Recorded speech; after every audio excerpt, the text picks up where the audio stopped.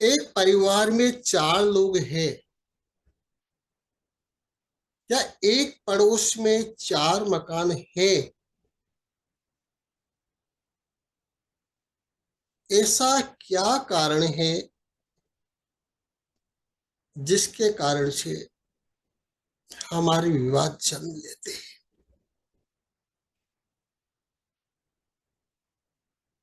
बहुत गंभीर विषय है।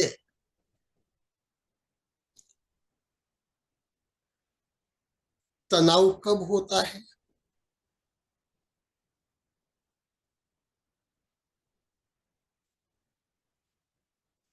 झगड़ा कब होता है? जब हमारे अनुकूल परिस्थितियां नहीं होती है, हमारे प्रतिकूल परिस्थितियां जब बनती है। इसमें कौन कौन सी चीजें हमारे मन को प्रभावित करती है? प्रॉपर आवाज आ रही है सबको? वॉइस क्लियर ही है? ठीक है। जी भैया जी। ठीक है। इसमें बहुत सारे पहलू काम करते हैं।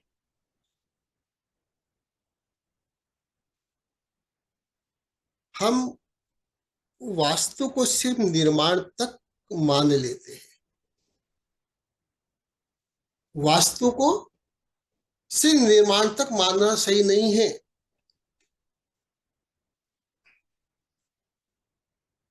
वास्तु के कौन कौन से पहलू हैं, सबसे पहले इसे समझना जरूरी है। वास्तु जीवन शैली का दूसरा नाम है। वास्तु जीवन शैली से प्रकृति के साथ तालमेल का नाम है। अब हमारी जीवन शैली इस प्रकृति से कितना मेल खा रही है? हम प्रकृति के साथ में मिलकर के अपनी जीवन शैली को किस प्रकार से निर्मित कर रहे हैं, कैसे जी रहे हैं? जिस प्रकार से एक गाड़ी नई लेकर के आ गए,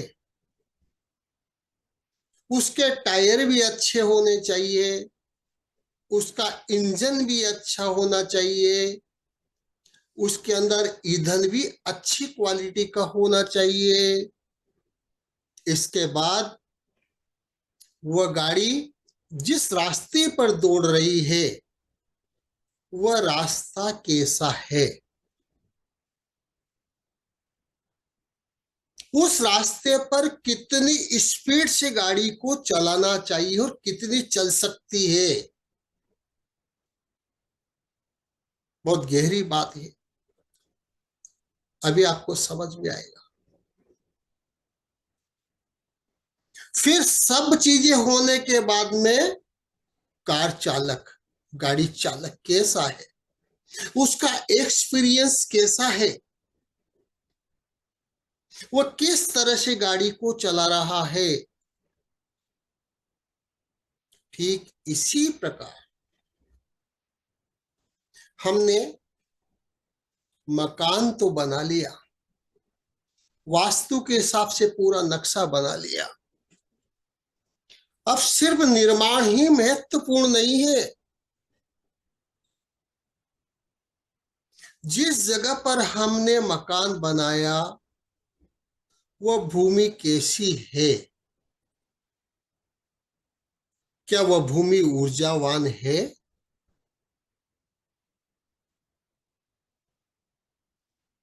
जिस क्षेत्र में हमने मकान बनाया वहां का वातावरण कैसा है, क्या वह हमारे अनुकूल है?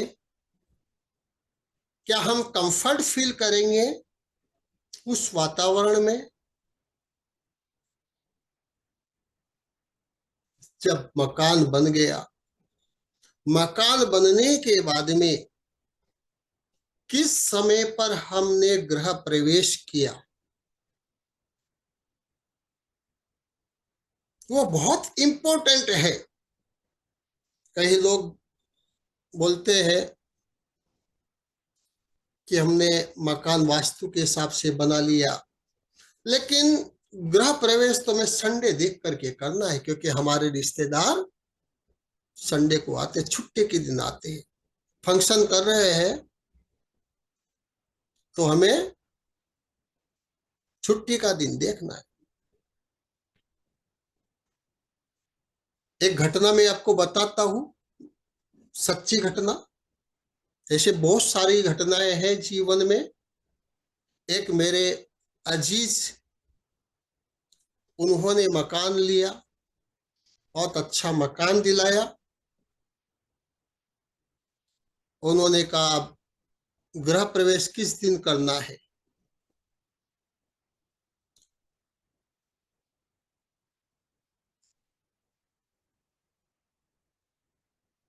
हमने कहा, एक समय दिया उनको, इस दिन आपको गृह प्रवेश करना है।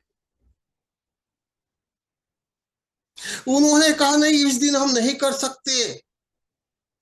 उसके 2-3 दिन आगे पीछे का छुट्टी का दिन उनकी तरफ से उन्होंने बोला, इस दिन गृह प्रवेश करेंगे तो हमारे रिश्तेदार आ जाएंगे। हमने उसको स्पष्ट रूप से बोला कि आप अगर इस दिन गृह प्रवेश करेंगे तो आप कर्ज के बोझ के तले दब जाएंगे और कोई तकलीफ आपको नहीं होगी, क्योंकि यह समय जो है, इस समय पर अगर आप कार्य करते हो तो आपको कोई शारीरिक परेशानी नहीं होगी, किसी प्रकार की और तकलीफ नहीं आएगी, लेकिन कर्ज आपका बढ़ता चला जाएगा। गृह प्रवेश के लिए चंद्र कलश बनाकर देखा जाता है। चंद्र नक्षत्र, सूर्य नक्षत्र से चंद्र नक्षत्र तक की गिनती की जाती है, और जो संख्या आती है उस संख्या के आधार पर यह निर्णय लिया जाता है कि इतना नंबर आ रहा है तो इसका फल यह होगा। यह स्थिरता रहेगी, धन धान्य से परिपूर्ण रहेगा, कि घर में कलह होगा, झगड़े होंगे, कि आगजनी होगी, कि गर्भ का पतन होगा, संतान उत्पत्ति में बाधा आएगी। ये सारी चीजें उस गृह प्रवेश के समय से पता चल जाती है कि भविष्य में यह ग्रह घर कैसा फल देगा।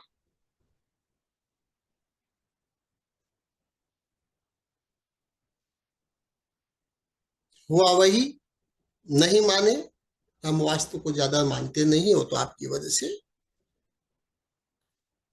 साल भर भी नहीं निकला, उनके ऐसे ऐसे डिसीजन गलत होने लगे, डिसीजन गलत होने लगे, और धीरे धीरे धीरे धीरे कर्जा जो है, जहां पर उनका कर्जा 30 लाख रुपए का भी नहीं था मकान बनाने में, वो कर्जा उनको 3 गुना से भी अधिक 1 साल के अंदर हो गया। बाद में वो कहते क्या हो रहा है। मैंने कहा डिसीजन आपके गलत हुए। डिसीजन क्यों गलत हुए? क्योंकि माइंड प्रभावित हुआ। फिर बोलने लगे कि अब बताओ क्या करना है।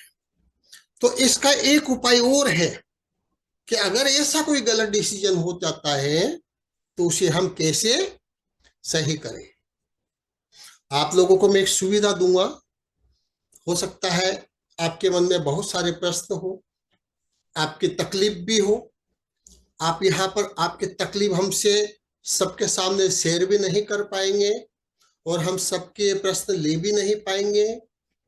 अभी मीटिंग के बाद में हम एक फॉर्म आपको ग्रुप के अंदर डालेंगे।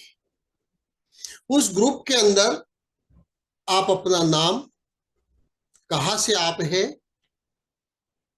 आपका जेंडर मेल फीमेल, और आपका क्या समस्या है, वह समस्या आप उसमें लिख करके हमें सेंड कर देंगे। आपकी जानकारी, आपका नाम, आपका परिचय उसमें गोपनीय रखा जाएगा, और कल और परसों की जो वेबिनार होगी, उन प्रश्नों को लेकर के स्टडी करके और उन प्रश्नों का जवाब भी हम कल और परसों की वेबिनार में आपको देने का पूरा पूरा प्रयास करेंगे। आपकी समस्या का क्या समाधान है, ये कल और परसों की वेबिनार में हम पूरा देने का प्रयास करेंगे। तो अभी ग्रुप बाद में, वेबिनार के बाद में ग्रुप के अंदर हम एक फॉर्म डालेंगे, छोटा सा एक लिंक डालेंगे। उस लिंक पर क्लिक करके जैसे आपने फॉर्म भरा है रजिस्ट्रेशन फॉर्म, इसी प्रकार से एक छोटा सा फॉर्म मिलेगा जिसके अंदर आप आपका समस्या टाइप करके उसके माध्यम से भेज सकते हो। तो वह कल और परसों की मीटिंग में हम लेने का पूरा पूरा प्रयास करेंगे। हम बात कर रहे थे घर में झगड़े। घर में झगड़े कब होते हैं? जब मन में तनाव पैदा होता है, जब हमारे विपरीत परिस्थितियां हमारे सामने आती है तो मन में तनाव पैदा होता है। और जब मन में तनाव पैदा होता है तो हमारे मन में चिड़चिड़ापन आता है, उत्तेजना आती है।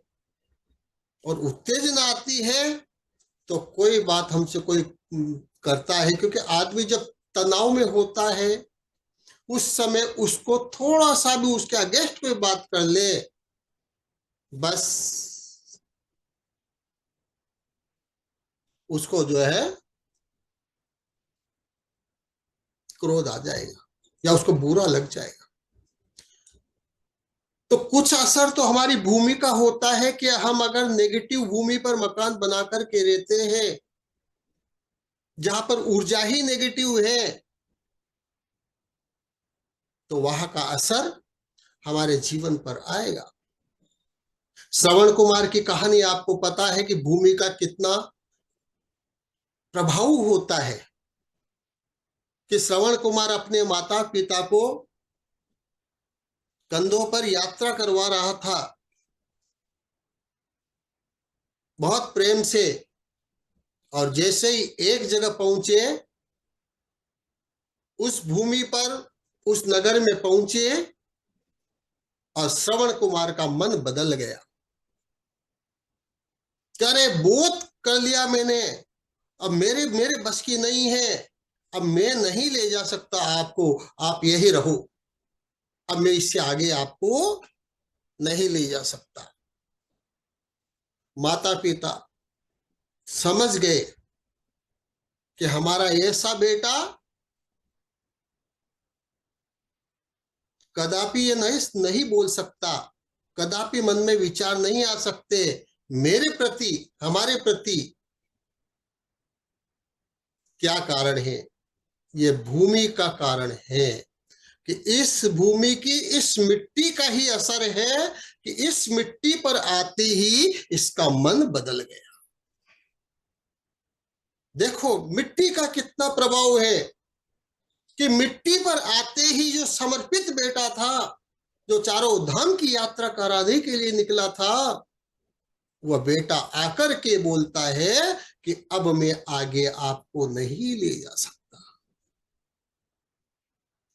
माता पिता ने बोला कोई बात नहीं बेटा, एक काम कर, इस मिट्टी को एक पोटली में, यहाँ की एक पोटली में मिट्टी को भर दे, और एक काम कर, थोड़ा सिर्फ नगर के बाहर तक, मुझे अब इतना तुम लेके आए हो तो सिर्फ इस नगर को पार करवा दे, कोई बात नहीं यात्रा मत करवाना, इस नगर को पार करवा दे। उन्होंने कहा ठीक है, जब इतना लेके आया हो तो थोड़ा सा और सही। कई बार हम भी झुंझलाट भी कह देते हैं, अरे ठीक है भाई थोड़ा सा और सही, इतना किया तो। और श्रवण कुमार जैसे आगे बढ़ा लेकर के नगर के बाहर गया, माता पिता ने बोला ठीक है बेटा, हमें यहीं पर उतार दो, बस हमने तुमसे कहा था यही उतार दो। श्रवण कुमार का दिमाग चकरा गया, नहीं मैं आपको कैसे उतार सकता हूं? नहीं माता, क्षमा याचना करने लगा, कहे मेरे से क्या अपराध हो गया, कि ना बेटा तुमसे कोई अपराध नहीं हुआ, असल में ये उस मिट्टी का प्रभाव था जिस मिट्टी पर तू खड़ा था। अब उस मिट्टी से तू बाहर आ गया, निकल करके आ गया, अब कोई प्रभाव नहीं है।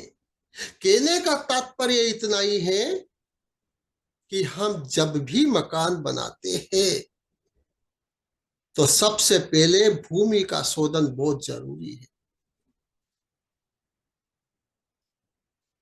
हम भूमि को चेक करा करके भूमि ऊर्जावान है कि नहीं, भूमि नकारात्मक फल देने वाली तो नहीं है, उसका निरीक्षण करे, संशोधन करे, शोधन करे, फिर हम वहां पर मकान बनाए। उसके भूमि के बाद में फिर हमें देखना है कि आसपास का वातावरण कैसा है, कैसे लोग रहते हैं। अगर लड़ाई झगड़ा करने वाले कुंठित लोग रहते हैं, गलत आचरण के लोग अगर रहते हैं, ऐसे मोहल्ले में जाकर के अगर आपने मकान बना लिया तो निश्चित मानो कि धीरे धीरे धीरे धीरे आप और हम भी वैसे ही बन जाएंगे, क्योंकि उनकी ओरा हमें प्रभावित करेगी। देखो ओरा का खेल है, एनर्जी क्या ओरा है, ओरा क्या है, एक आभा मंडल है। ये आभा मंडल कैसे जनरेट होता है, कैसे बनता है, सजीव का भी आभा मंडल है और निर्जीव का भी आभा मंडल होता है। आभा मंडल हर चीज का है, ओरा हर वस्तु की है, चाहे वह मनुष्य हो, पशु हो या कोई निर्जीव कोई वस्तु हमने रख रखी है। जब भी तो कहते हैं भगवान की प्रतिमाओं की भी एनर्जी मापी जाती है, भगवान की प्रतिमाओं की भी एनर्जी मापी जाती है। आपने पिछले साल में एक वीडियो देखा होगा नारेली, अजमेर नारेली का, जहाँ की मैंने एनर्जी चेक की थी और वहां पर इतनी पावरफुल एनर्जी उस जगह पर है, मशीन के द्वारा यूट्यूब पे भी पड़ी हुई है उसकी वीडियो, हिंदुस्तान में काफी वायरल भी हुई थी वो, कि मशीन ही टूट गई, मशीन ही टूट गई, इतनी फास्ट घूमने लगी कि कंट्रोल से बाहर हो गई मेरे हाथों में। फिर उसका प्रश्न प्रमाण सागर जी महाराज के, चाहे इंदौर में कई थे उस समय पर, तो वहां पर अशोक पाटनी जी की मिसेज ने पर उनके प्रश्न मंच पे शंका समाधान में प्रश्न किया कि इस प्रकार से नारेली में ऐसा क्या है कि उन्होंने जब ऊर्जा को नापा तो मशीन ही टूट गई, तो क्या ऐसा होता है।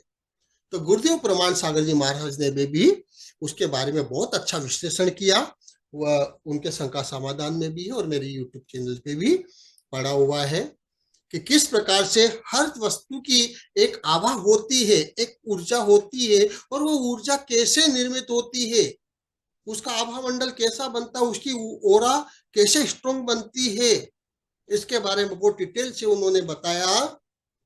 तो उसको भी आप यूट्यूब चैनल पे जाके जरूर सुनना। कहने का मतलब इतना ही है कि हम सबसे पहले तो जो भूमि पर हम निवास करते हैं उस भूमि की ओर हमें हमें प्रभावित करती है। उसके बाद जो आसपास के वातावरण में जो लोग रहते हैं, जिस प्रकार का वातावरण है वो वातावरण हमें प्रभावित करता है, हमारे मन को और हमारे शरीर को दोनों को प्रभावित करता है। तीसरे नंबर पर हमारा जो मैप बनाया, अब काम की बात समझना, बहुत ध्यान से समझना कि हम कहाँ पर, हम नक्शे में भी त्रुटि कहाँ कर देते हैं और कौन कौन सी ऐसी हमारे घर में त्रुटि है जो हमारे झगड़े में कारण बनती है।